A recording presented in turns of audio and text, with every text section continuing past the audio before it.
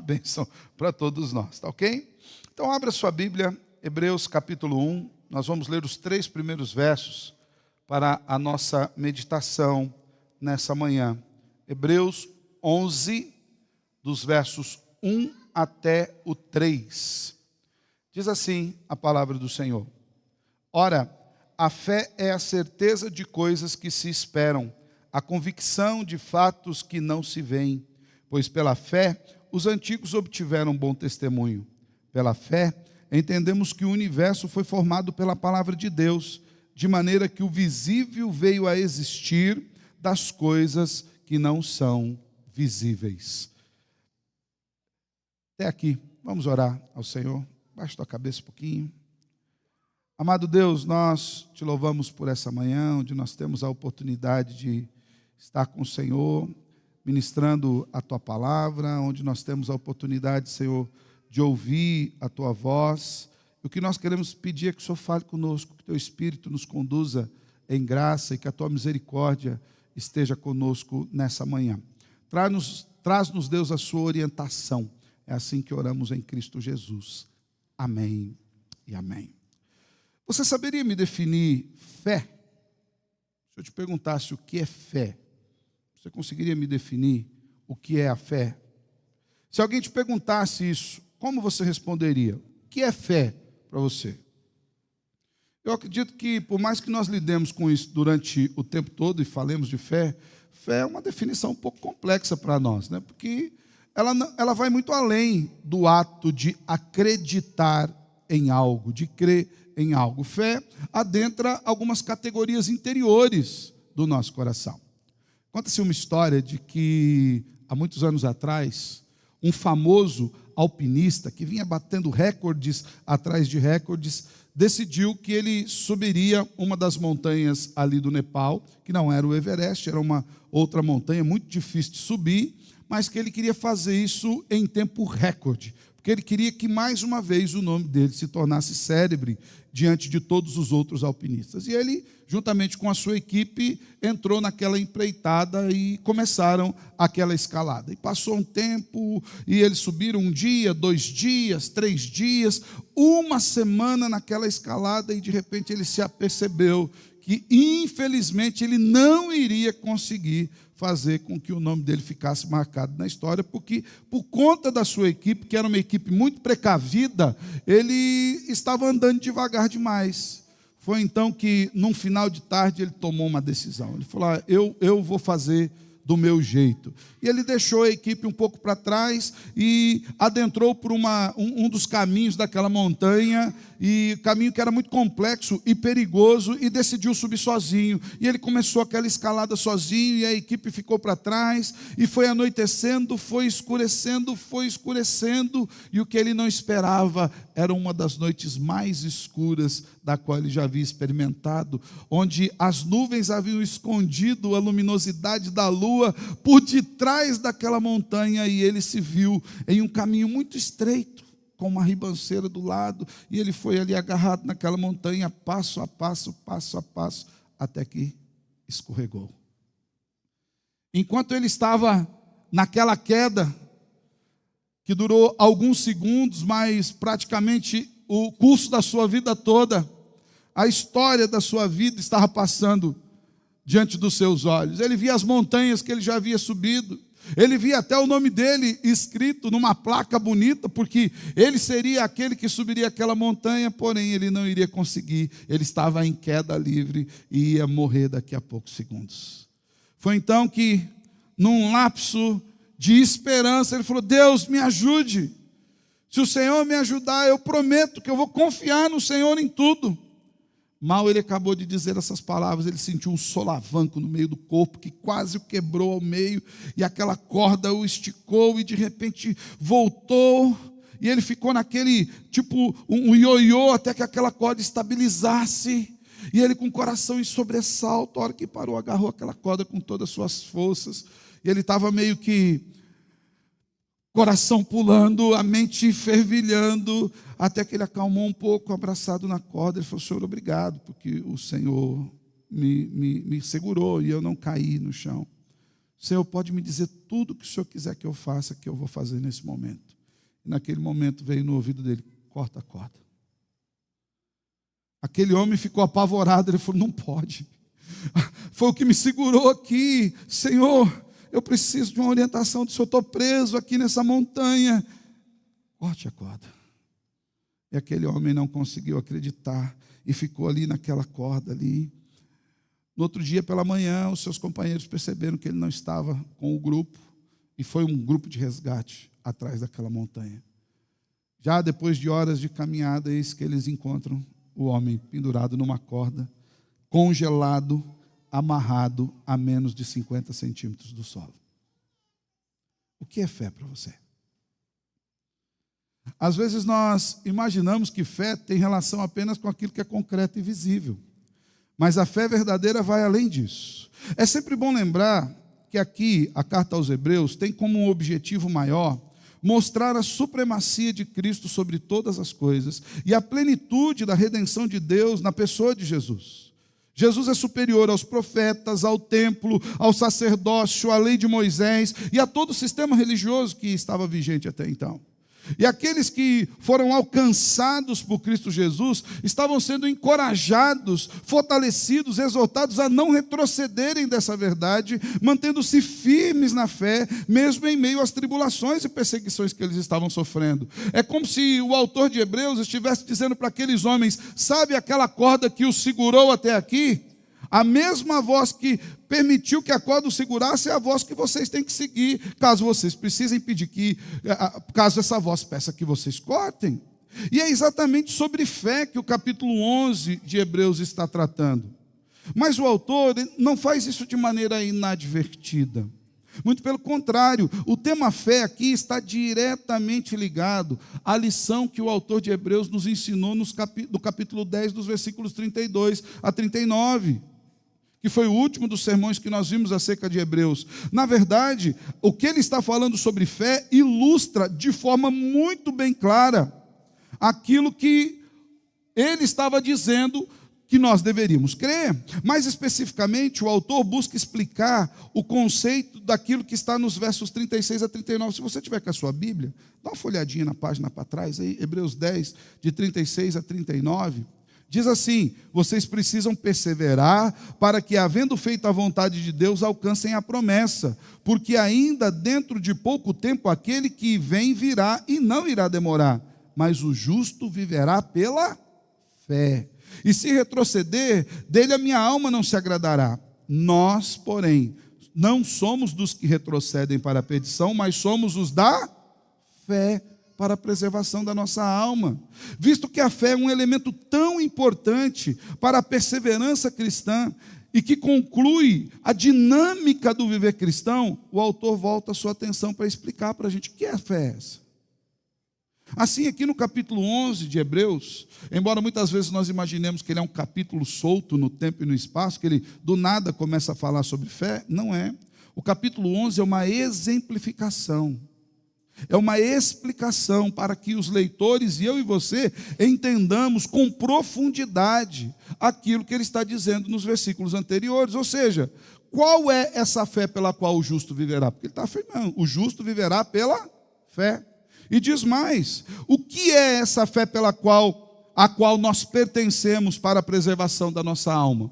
Aqui no capítulo 11 ele vem nos explicando isso. É a essas perguntas que o autor está trazendo uma resposta aqui. E é sobre esse conceito de fé bíblica que nós devemos nutrir nos nossos corações. Sabe por quê, irmãos? Porque muitas vezes nós falamos de fé o tempo todo na igreja, mas no nosso dia a dia parece que a fé não é visível. Parece que nós acreditamos que aqui, eu lembro de um artigo que eu li certa vez do David Powlison, onde ele diria que nos domingos à noite nós declaramos crer num Deus todo-poderoso que resolve os nossos problemas, que cuida da nossa alma, que cuida da nossa casa, mas na segunda-feira nós vivemos como se esse Deus não existisse. Nós vivemos à procura de soluções com as nossas próprias mãos. Vivemos à procura de resolver os nossos próprios problemas, como se o Deus Todo-Poderoso tivesse poder para tudo dentro da igreja, mas ele não conseguiria sair fora do templo. O que é fé para nós?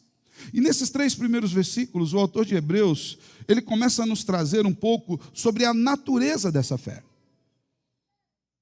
Como eu falei, nós vamos passar 5 domingos aqui, porque ele fala da natureza dessa fé e depois ele começa a exemplificar como essa fé foi posta em prática na vida daqueles que nós chamamos de heróis da fé, ou na galeria dos heróis da fé. Mas logo de início é importante que eu e você entendamos qual a natureza da fé que nós temos. Em primeiro lugar, eu quero destacar com você que a fé bíblica, essa fé que o autor diz que preserva a nossa alma, essa fé pela qual o justo vive, ela é uma convicção interior.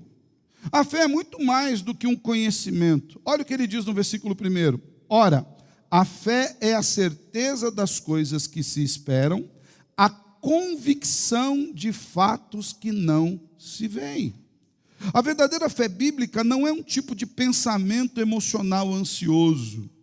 Diga-se de passagem, a Bíblia fala que a ansiedade é um pecado. Hoje ela virou doença.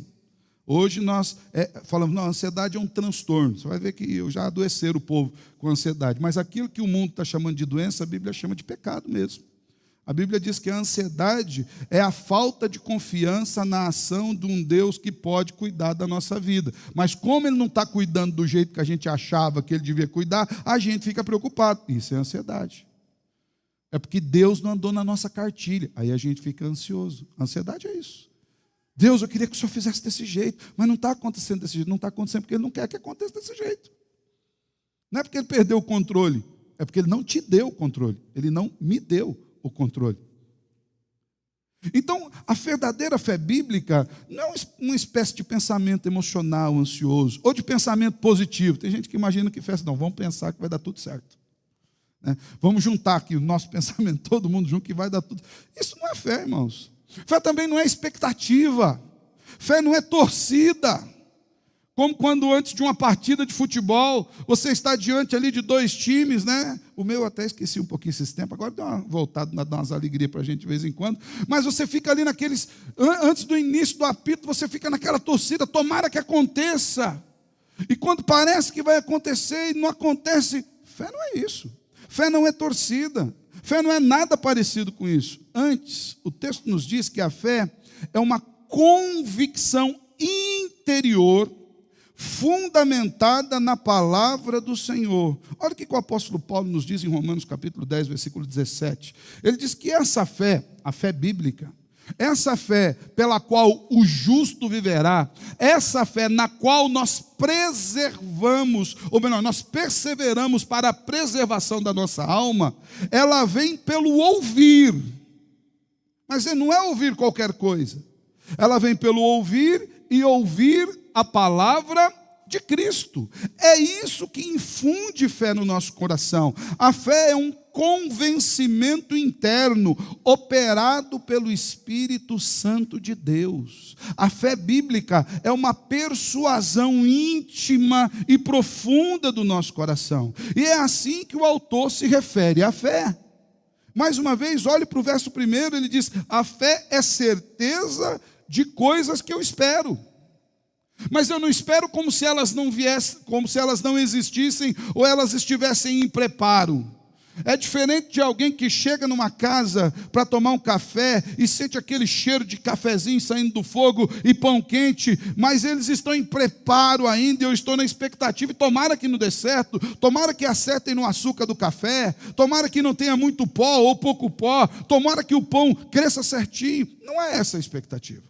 A fé é uma certeza de coisas que se esperam, mas que já estão preparadas, e o que nos separam dessas coisas é apenas o tempo aqui, mas elas existem. A fé é a convicção de fatos que nós ainda não vemos.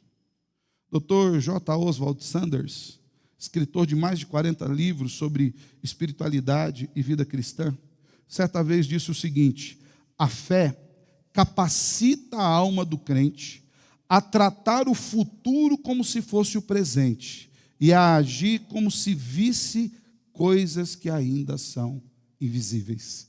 É isso que a fé bíblica faz.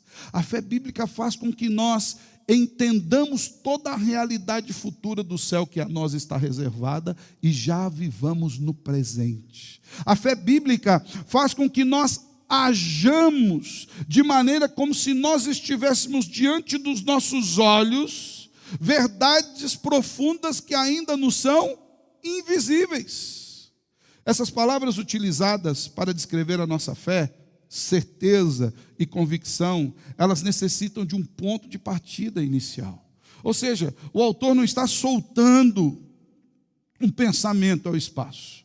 E elas também necessitam de um ponto final, um porto seguro onde elas vão aportar. Tanto a nossa certeza quanto a nossa convicção tem um lugar de onde sai e um lugar para onde vai. O ponto inicial é acreditar no caráter de Deus. A fé bíblica é a fé que crê que Deus é quem Ele diz ser. Por que a gente tem dificuldade de crer em conceitos bíblicos? Na verdade, eu sei que talvez você nunca conjecturou isso, ou nunca pensou isso, e talvez eu também nunca tenha feito isso. E eu particularmente confesso, irmãos, que pregar em série é muito bom. Porque a série faz com que a gente não fuja de alguns temas que talvez a gente gostaria de fugir. E ontem pela manhã eu estava tendo uma reunião ministerial com os meninos que vão para o seminário, e eu, como tutor deles, todo mês a gente está reunindo juntos para tomar um café, para falar sobre Bíblia, para falar sobre teologia e para prepará-los para ir para o seminário. E ontem pela manhã, nós falamos que o pecador principal que precisa ser atingido pelos sermões é quem prega. O primeiro a quem o sermão deve atingir é quem prega. E perceba, às vezes nós, pregadores também, por que falhamos na nossa fé? Porque nós temos dificuldades em crer que Deus é aquilo que Ele diz ser. Ele diz ser o Todo-Poderoso. Mais à frente, o próprio autor de Hebreus vai nos mostrar como Deus age. Ele vai falar que um dos fundamentos da fé é crer nesse caráter de Deus. Mas por que a gente tem dificuldade disso? Porque a gente tem dificuldade em crer que a palavra de Deus vai funcionar na nossa casa, por exemplo. Lá em Tiago, diz que nós, quando formos orar, nós devemos orar a Deus pedindo. Lembra, quem quer sabedoria, pede para Deus. Que Deus vai ter alegria em dar. Não é isso que Tiago diz? Mas ele diz o quê? Pede sem duvidar. Por que ele está dizendo isso? Ele está dizendo assim, você vai consultar a Deus, falar, Deus, eu preciso de sabedoria para educar meus filhos, eu preciso de sabedoria para mexer com as minhas finanças, eu preciso de sabedoria para o meu casamento, eu preciso de sabedoria para minhas relações interpessoais, eu preciso de sabedoria para o meu trabalho. Deus falou, tá ok, você está pedindo para mim, você veio no lugar certo. Joia, eu tenho toda a sabedoria que você precisa. Aí Deus fala, então, a sabedoria para o seu casamento é perdoa o seu esposo, perdoa a sua esposa, anda uma segunda milha, ora por ele, ame-o ainda que ele não responda. A sabedoria para os seus filhos é eduque-o na disciplina e na correção do Senhor, inculca, fala de dia, fala de noite, sentado na mesa, andando, no carro, na sala, no filme, no cinema. A sabedoria para o seu trabalho é assim, trabalhe como sendo para o Senhor, esquece seu patrão. Seu patrão é apenas um meio pelo qual você está servindo a Deus. A sabedoria para as suas finanças é aquilo que o presbítero Rinaldo falou aqui. Não gasta tudo, não come tudo, guarda um pouco com sabedoria para você ter para você. Ou então, aquele que roubava não rouba mais, agora trabalhe, tenha para si, tenha para dar para o outro. Bom, a sabedoria para com o ímpio é caminho uma segunda milha. Se ele te pedir a capa, você dá outra capa. Ah não, mas isso é coisa de Bíblia, não funciona. Ué, mas o próprio texto diz, você pede, mas não duvida. Porque aquele que duvida é inconstante. Aquele que duvida, veja bem, quando você duvida da sabedoria de Deus, você não vai acreditar na sabedoria de ninguém. Porque você já disse o seguinte, quando você duvida da sabedoria de Deus, você está dizendo assim, eu confio na minha sabedoria. E aí eu vou criar um Deus self-service. Isso aqui de Deus serve. Isso aqui eu vou pegar da outra área ali. Isso aqui eu vou pegar do outro lado. E aí a gente começa a pegar um monte de coisa, uma salada de fruta, que na verdade nós não vamos seguir ninguém. A gente vai pôr aqui no liquidificador, não, é isso aqui que eu quero servir. E a gente toma aquela sopa rala, mesmo tendo aquela carne boa para comer ao lado. É o que o texto diz. A fé tem um ponto inicial. E qual é o ponto inicial? Saber que Deus é quem Ele diz ser. Se nós não acreditarmos que Deus é quem Ele diz ser, nós não teremos certeza certeza de coisas que ainda não estão diante de nós e convicção de coisas que nós ainda não vemos. E tem um ponto final também a fé. Qual é o ponto final? É acreditar nas promessas desse Deus. Ou seja, se Ele é quem Ele diz ser, Ele fará aquilo que Ele diz que vai fazer. Mas qual é a nossa dificuldade? É que nós, para passarmos pelo vale, nós queremos que as coisas se materializem diante dos nossos olhos aqui e agora. Quando nós acreditamos que Deus cumprirá as suas promessas, apesar de ainda não as vermos realizadas diante de nós, nós mostramos que acreditamos no seu caráter santo, perfeito e imutável, e que Ele é o dono do tempo. Cantamos agora há pouco aqui, o tempo é dele. Ele governa o tempo. E o relógio dele não é o nosso. O problema é que a gente quer marcar um alarme no nosso celular, no nosso relógio, e você põe no pulso de Deus. Ó Deus, seguinte, quando tremendo seu braço aí, você dá um jeito de fazer aqui que eu preciso.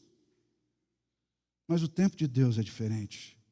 Ele governa o tempo com perfeição. Ele sabe aquilo que nós precisamos. Nesse sentido, irmãos, a fé é uma atitude da mente em relação ao futuro e ao invisível, que é determinante para a conduta pessoal no presente. Lembra de Tomé? Quando ele duvidou, e Jesus falou, põe a mão aqui, Tomé. Põe o dedinho aqui, vê se está furado mesmo. Ó, está vendo aqui? Ó? Aqui.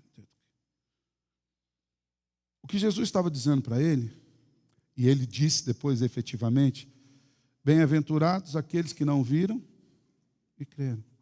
Porque você só está crendo porque você vê. Isso não é fé. O que você está vendo aqui, Tomé? Então, você não crê que eu ressuscitei. Você está vendo que eu ressuscitei. Mas você jamais creria se eu não colocasse diante dos seus olhos. A fé é uma atitude da mente e do coração em relação ao futuro, irmãos, que vai determinar a nossa conduta aqui no dia de hoje.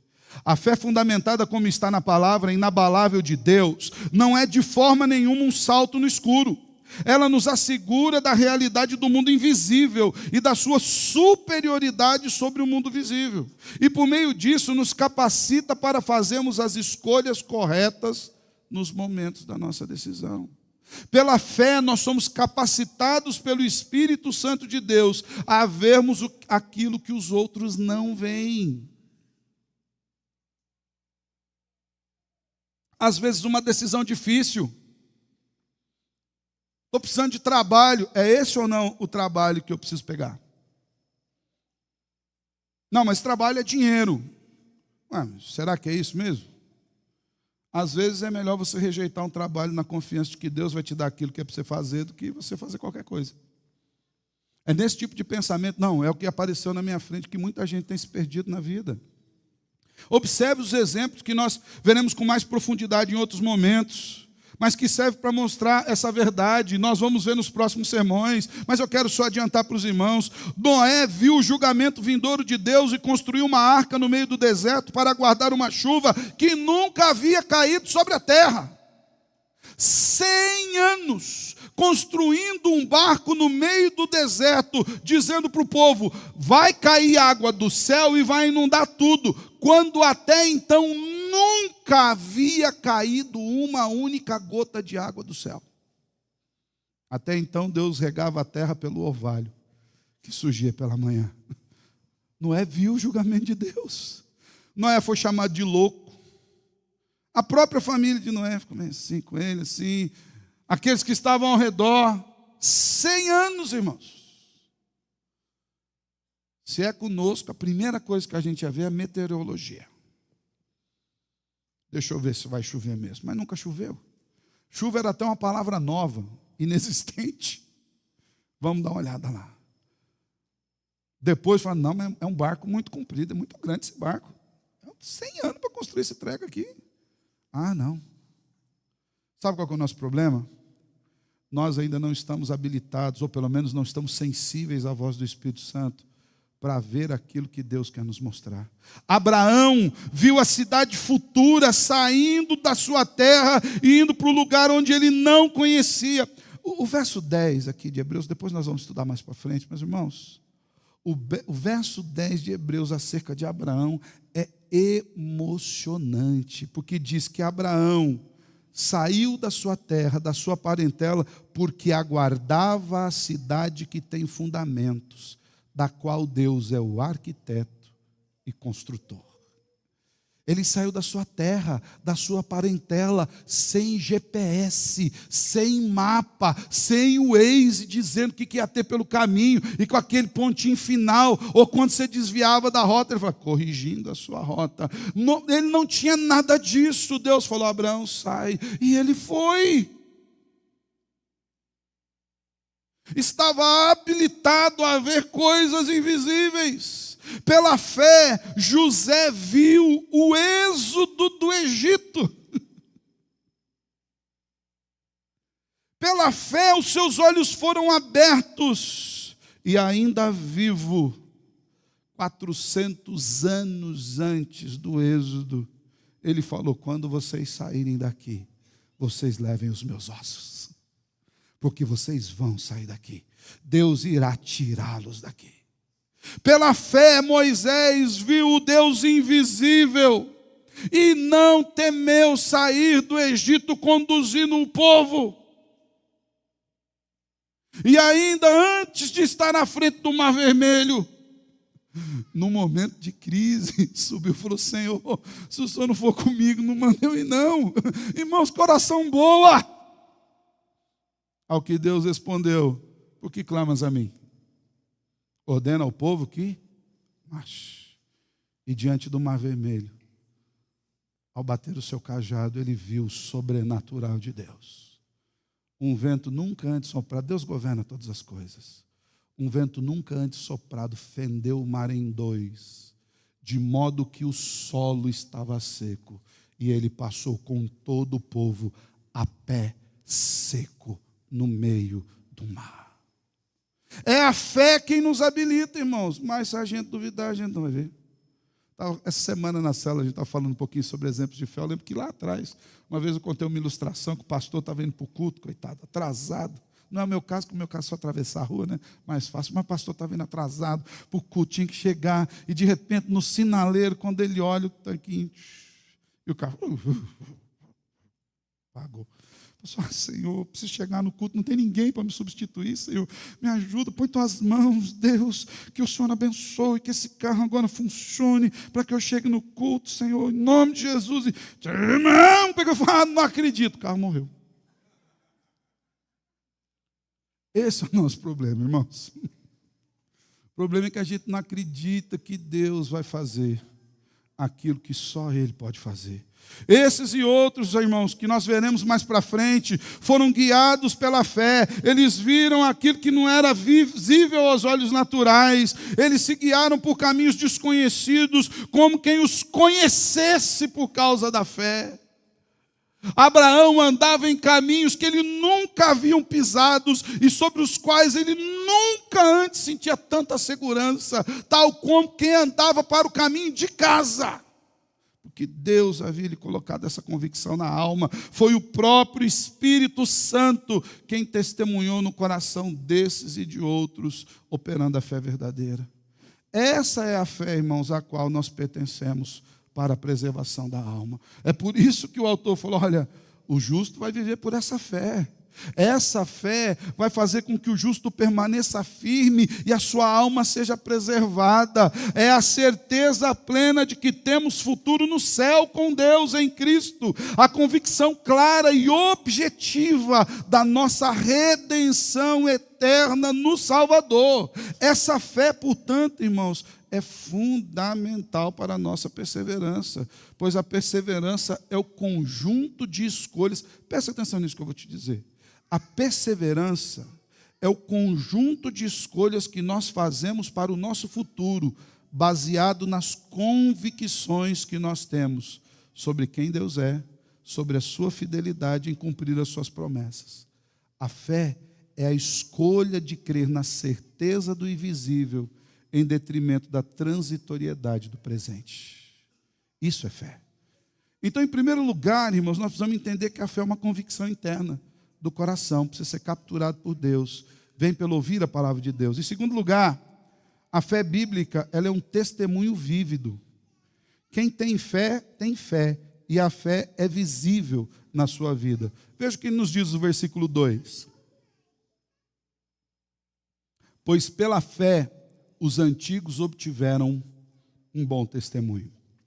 Aqui, irmão, só para a gente entender um pouco mais, uma tradução mais literal desse texto no grego, você pegando a palavra mais literal,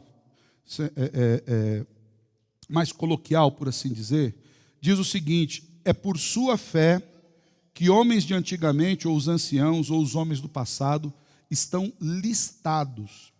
E eu sei que pode parecer um pouco estranha essa tradução, mas ela tem uma relação muito direta com o decurso do texto. Porque esse texto, futuramente, vai falar sobre a galeria dos heróis da fé. Nós vamos ver uma lista desses homens. Então, o versículo 2 seria muito melhor traduzido assim: pela fé, os anciãos que nós vamos citar aqui, estão nessa lista aqui, que vocês vão entender. É por causa da fé que eles fazem parte dessa lista. A ideia do autor é obter um bom testemunho, que significa que aqueles homens confiaram em Deus e andaram com Deus, e por isso eles fazem parte dessa galeria que será colocada como um exemplo para nós, como se segue no capítulo. O escritor de Hebreus começa a sua lista com Abel, depois ele vai para Enoque. Enoque é um desafio, irmãos. Enoque é um desafio. Que toda a história de Enoque se resume em: Enoque andou com Deus e já não era mais, porque Deus tomou ele para si.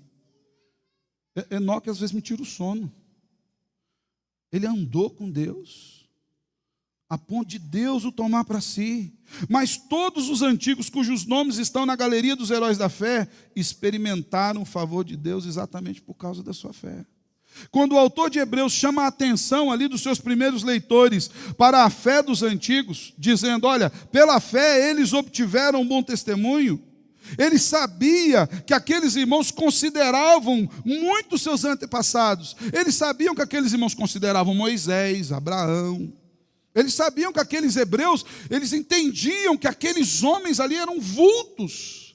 E o que o autor está dizendo? Sabe esses homens que vocês consideram demais? Moisés, Abraão, Isaac, Jacó, os patriarcas, alguns dos juízes que ele vai citar ali. Esses homens só foram o que foram porque viveram totalmente na fé em Deus. É exatamente por conta disso que o autor chama a pensar sobre esses homens, para mostrar: olha só, a fé em Deus é possível, a fé em Deus é real. A fé em Deus não é matéria para culto de igreja apenas. A fé em Deus vale para o nosso dia a dia. Esses homens viveram pela fé. Esses homens que vocês conhecem e que eu vou listar aqui nessa galeria, esses homens andaram por fé. Esses homens sofreram, enfrentaram tribulações, venceram batalhas e em tudo foram sustentados e dirigidos por fé. Ou seja, não há uma divisão categórica de que fé é para categoria religiosa. Eu já vi crente dizer isso: não, pastor, aqui na vida real o mundo é outro. Aqui na vida real a banda toca diferente. Essa semana chegou para mim uma postagem de uma psicóloga cristã, e eu tive o desprazer de ler, né? E o pior desprazer que eu fui responder. Fazia tempo que eu não entrava em treta de internet responder, irmãos. Eu caí nessa cilada essa semana. Você perde tempo, gasta energia, torra o cérebro para absolutamente nada, exatamente. Esse é o Mas foi bom até porque eu pensei um pouquinho, foi gostoso ali nesse sentido. Mas sabe o que dizia a irmã querida, psicóloga cristã? Ela falava que a Bíblia era insuficiente. Ela dizia: a Bíblia fala sobre casamento, mas não ensina o marido a amar a esposa a amar o marido. Eu falei: como que não ensina? A Bíblia fala sobre cuidar do tempo, mas não dá um passo a passo para você cuidar. É só ler a Bíblia. Eu falei: é o total desconhecimento bíblico. Aí eu gastei quase um dia ficando nesse negócio, nunca mais, né? Não me enviem mais essas postagens, em nome do eterno Salvador Jesus. Leia, ore, né? Mas, irmãos, é a sabedoria do mundo que suplantou a sabedoria de Deus. É uma psicóloga cristã. Mas ela diz: Deus, o autor da fé, chega até aqui. A partir daqui ele precisa do auxílio de profetas modernos. Freud, Skinner e tantos outros.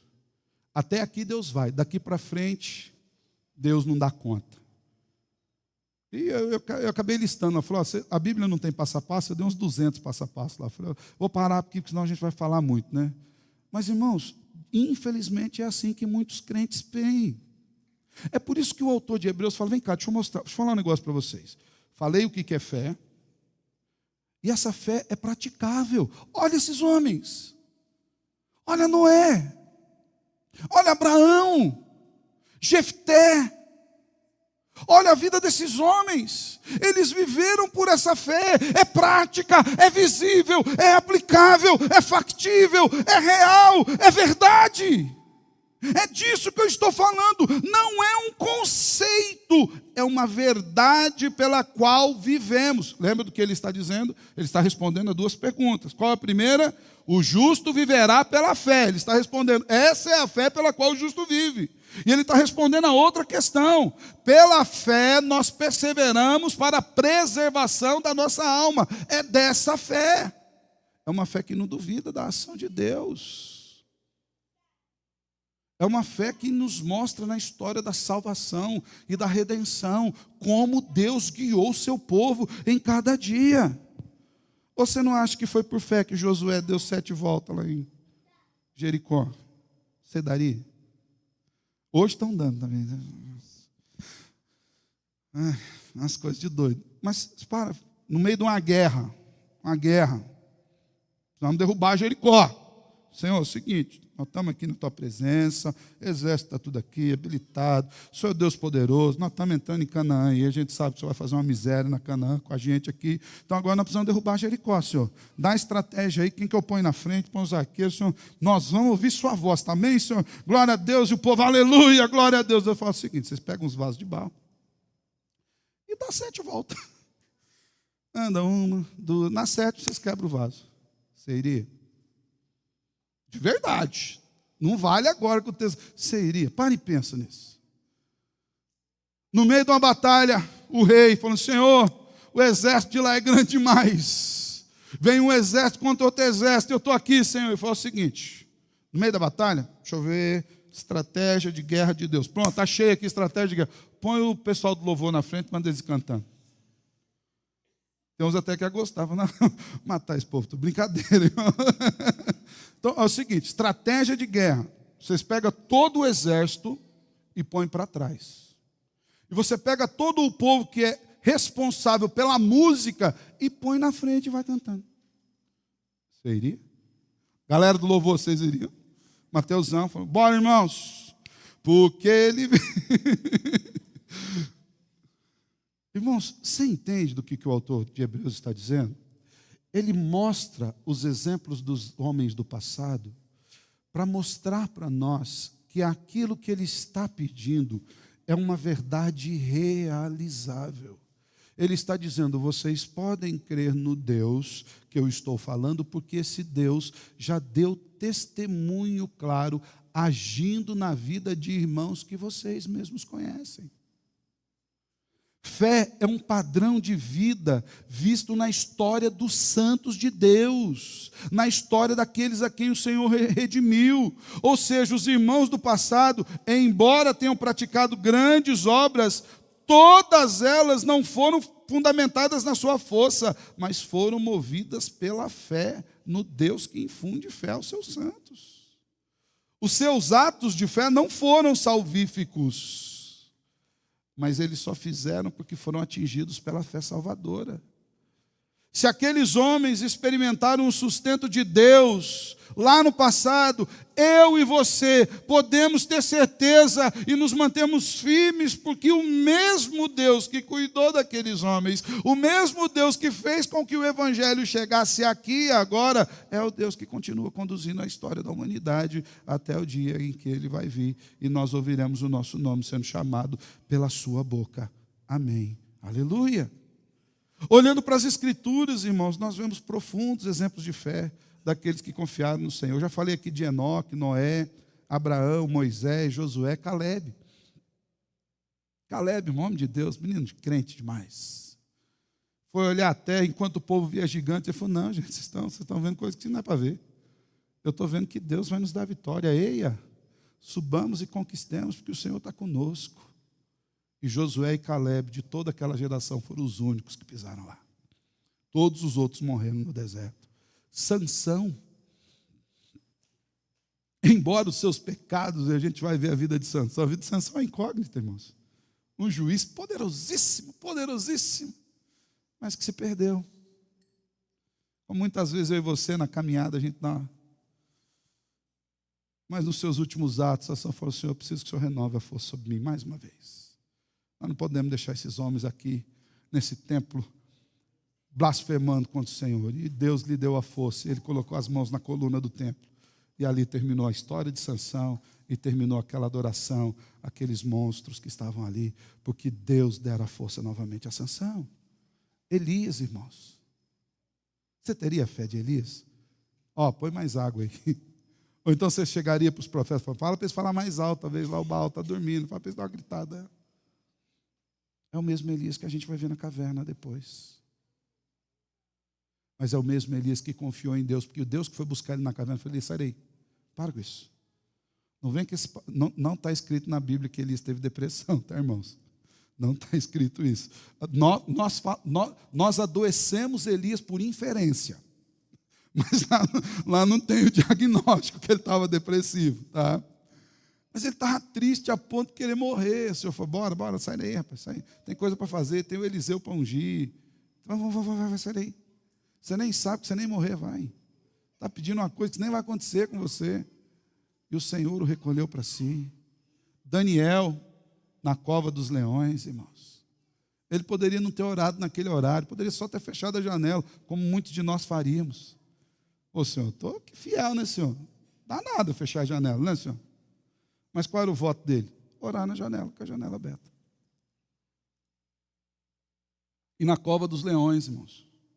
No outro dia de manhã, o rei está na porta, falando: Daniel, servo amado, vem para cá. E Daniel saiu. E o rei falou: beleza, vou alimentar o leão com esse povo tudo. Vai lá, come ele. Sadraque, Mesaque, Abdinego. É o seguinte, rei, se Deus quiser salvar, salva. Se Ele não quiser salvar, não tem problema não, a gente não vai dobrar. Porque a nossa fé não está fundamentada se Deus vai fazer ou não. Porque nós cremos em Deus se Ele fizer ou se Ele não fizer. Sabe por que muitos de nós não veremos o anjo do Senhor andando ao nosso redor no meio das aflições? Porque a gente fugiria da fornalha. Muitos de nós temos fugido da fornalha da confiança em Deus e queremos que Deus ande ao nosso redor para nos tirar do meio do fogo. Esses e tantos outros irmãos, como o autor irá nos mostrar nos versículos seguintes, com muitas evidências, foram capacitados a viver pela fé e se apegaram ao invisível, apesar das ilusões, apesar das tentações desse mundo. Então, o fundamento da fé cristã, em primeiro lugar, é a convicção de alma. Segundo, é o testemunho vívido. Em terceiro, irmãos, a fé bíblica é fundamentada nas Escrituras. Não tem outro lugar para fundamentar a fé. Não está fundamentado na palavra do pastor, dos profetas, natural hoje aí, dos apóstolos, um monte de gente que tem hoje. A fé está fundamentada na palavra de Deus. E olha o que o autor nos diz. Pela fé, entendemos que o universo foi formado por quem? Pela palavra de Deus. E Deus disse: haja e houve. E Deus, daquilo que não tinha, passou a fazer existir, de maneira que o visível veio a existir das coisas que não são visíveis. Fé, irmãos, é muito mais do que o simples ato de crer em alguma coisa, de algum fato ou de alguma história. Fé é um entendimento particular acerca de algo, uma perspectiva. Fé é um valor do coração. Fé é uma luz para o caminho. Fé é um caminho. Fé é um pressuposto, é um fundamento, é uma cosmovisão, é uma maneira de ver, experimentar, perceber e agir no mundo. Fé é uma contracultura nos nossos dias. Fé é confiança plena na palavra do Deus que chamou à existência todas as coisas. É por isso que o autor, agora, depois dele ter dado o exemplo prático dos irmãos que ele vai falar mais à frente, ele dá um pulo dizendo, sabe o que eu estou dizendo para vocês? Que é somente a fé no Deus Criador do universo que vai fazer com que vocês se mantenham firmes. Nessa perspectiva, o autor afirma que o ato de crer que o mundo foi feito por Deus do nada é fé. Por isso que ele diz, o universo foi formado pela palavra de Deus, de maneira que o visível veio a existir de coisas que não são visíveis. E o autor faz essa afirmação com um objetivo muito claro, que era confrontar um pensamento vigente naquele tempo, de que Deus não teria feito o mundo assim do nada. Foi assim do nada, do nada. Deus pegou uma matéria ali. É o pensamento que tem muita gente hoje também crendo aqui, viu? Não, mas do nada, irmãos, do nada. Você vai ver a ciência lutando contra isso, né? É interessante que a ciência coloque isso como verdade absoluta, né? Mas quem estava lá para tirar foto? Quem consegue reproduzir isso no laboratório? Até para reproduzir no laboratório já é uma... Porque você vai trabalhar com material. Se é do nada, como é que você vai... Você vai pegar assim, agora eu vou fazer o nada e do nada agora eu vou fazer alguma coisa. São apenas conjecturas, mas que nós colocamos uma áurea de ciência e de verdade suplanta. Já teve gente falando, pastor, você acredita mesmo? Eu sou adepto da Terra Nova, eu acredito que a Terra não tem um pouco mais de 6.000 anos. O senhor acredita mesmo nisso? Eu falei, eu acredito mesmo nisso. Porque a Bíblia diz que Deus mandou fazer e fez. Ele fez com aspecto de pronto. Quando Deus fez Adão, ele fez o Adão, então, soprou, está vivo. Quando ele fez a Eva, arrancou uma costelinha do Adão lá, inventou anestesia, né? Boa teoria, boa, né? Pôs o Adão para dormir, arrancou uma costelinha dele, fez a Eva, falou, está aqui, filho, osso duro para roer para o resto da vida. Né? Está aqui, ó, para você. E Adão gostou, falou, essa aí é osso dos meus ossos. A gente só junta. E é carne da minha carne. Os dois estavam prontos. Às vezes nós ficamos com...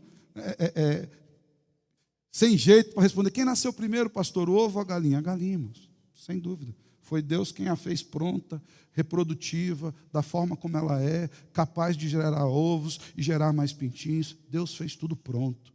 E essa terra que parece que tem bilhões de anos, foi Deus que a fez pelo sopro da sua voz. Ele diz, haja e ouve. E Deus diz, haja luz e ouve luz. E Deus diz, agora eu vou fazer separação entre a terra e as águas. E assim aconteceu, irmãos. O problema é que nós temos dificuldade em crer nisso, mas a gente crê em teorias que não são comprovadas, porque existe uma áurea de ciência. Pastor, mas a terra tem um aspecto de bilhões de anos. Tem mesmo, irmãos. Mas Deus é eterno. Bilhões de anos diante de uma eternidade é nada. Pastor, o senhor está contra a ciência? Não, tem muita coisa da ciência que eu sou a favor.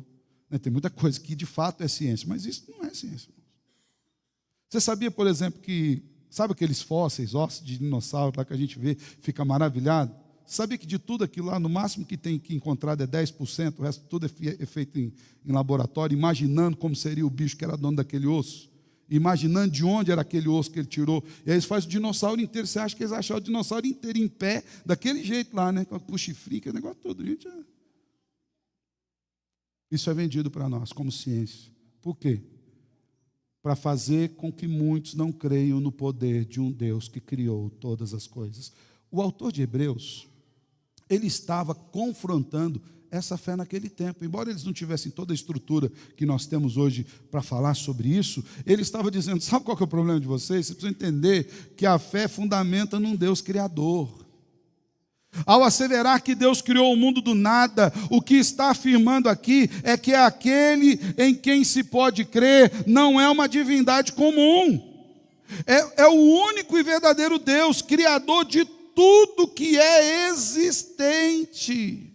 De forma que tudo aquilo que nós vemos na criação que está diante dos nossos olhos, atesta para a grandiosidade, para o poder e a dignidade de um Deus que criou. Quando você for para casa, escolhe uma árvore do caminho, para e dá uma olhada.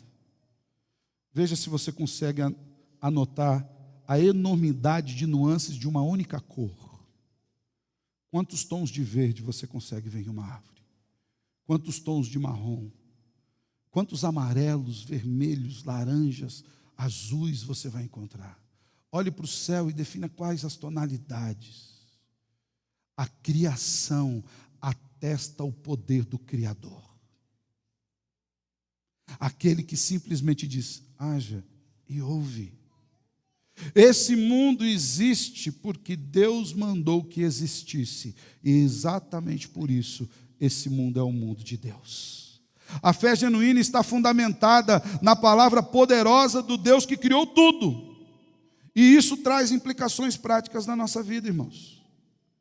Porque quando nós cremos no poder desse Deus, nós entendemos que aquele que criou é aquele que sustenta. Capítulo 1, versículo 3 diz que Jesus está sustentando o mundo pela palma das suas mãos. Salmo 33, versículo 6 fala a mesma coisa. Colossenses 1,16, porque tudo subsiste por meio dele, e sem ele nada do que existe existiria. A mesma Bíblia que afirma que Deus criou tudo do nada, é a que diz que ele sustenta todas as coisas, inclusive as nossas vidas. Por isso nós podemos crer. Por isso nós podemos crer. Meus irmãos, a fé pela qual os justos vivem e na qual nós nos mantemos para a preservação da alma é essa fé. A fé que o autor de Hebreus nos expõe. É uma fé que é fruto de uma convicção de alma, de um convencimento profundo e interior do coração. É uma fé que nos leva a ter um testemunho vívido e prático, a caminhar por ela, a viver por ela. É uma fé que tem um fundamento firme e seguro nas Escrituras sagradas, na palavra poderosa do Deus que criou todas as coisas. Dessa feita, irmãos, nós somos chamados também a viver essa fé hoje. De que forma? Primeiro, peça para que Deus afaste os questionamentos pecaminosos do seu coração. Você precisa de sabedoria de Deus? Peça, mas não duvida, irmão. Se você duvidar, nem adianta você pedir. Lembra do pastor que orou pela gasolina do carro? Não acredito, não vai funcionar. Qualquer tipo de questionamento a Deus e a sua palavra é um perigo para a nossa fé. Todas as vezes que você fala, pastor, mas isso aqui Deus não, você está dizendo que você vai querer andar pelos seus próprios caminhos e que o Criador de todas as coisas não é capaz de fazer algo por você. Segundo, lembre-se dos heróis da fé. Irmãos, esses homens não são super-heróis, eles viveram na fé em Deus, só isso. Deus falou faz, ele faz, eles fizeram. Deus falou anda, eles andaram. Deus falou vai, e eles foram. Por fim, fundamente sempre a sua fé nas Escrituras. Talvez esse seja um dos nossos grandes problemas nos nossos dias. Nós queremos ouvir todas as vozes e temos dificuldade de ouvir a voz de Deus. A Bíblia, esse livrinho aqui, você tem no seu celular, em várias línguas e traduções, não é apenas uma obra de literatura. É a voz viva e ativa de Deus para a sua vida. Não é uma história do passado. É um fundamento para o presente. É uma edificação para o futuro.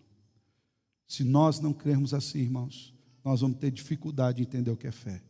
Lembre-se, essa aqui é a palavra de Deus que nos fortalece. Que o Senhor nos guarde nessa fé. Que o Senhor nos ensine a viver nessa fé. Que o Senhor nos dê confiança de que aquilo que Ele tem para nós não apenas funciona hoje, mas funcionou no passado e vai funcionar até o dia em que Ele venha e nos leve para a sua glória. É nessa fé que nós vivemos, é por essa fé que nós somos salvos em Cristo Jesus, amém? Feche seus olhos, quero orar com você. Senhor, quero lhe pedir que o Senhor nos ajude a crer como nós devemos crer. Que nós entendamos, Senhor, que essa é a fé pela qual os justos vivem. Essa é a fé na qual nós perseveramos, Senhor, para o sustento da nossa alma. Que nós entendamos que essa fé é prática, Senhor. Que essa fé vale para dentro da nossa casa, que essa fé vale para a nossa vida particular, para o nosso viver diário, para os nossos relacionamentos, para os nossos negócios. Que essa fé molda os nossos pensamentos, as nossas ações, os nossos gostos, as nossas perspectivas. Que nós entendamos, Senhor, que essa fé não é apenas matéria de culto, mas é vida e vida de Deus em nós. Nos ajuda, Senhor. Nos ajuda a crer. Nas nossas fragilidades, Senhor. Que o Teu próprio Espírito nos traga a lembrança da Tua palavra. A palavra do Deus Criador. E que isso nos fortaleça e nos levante.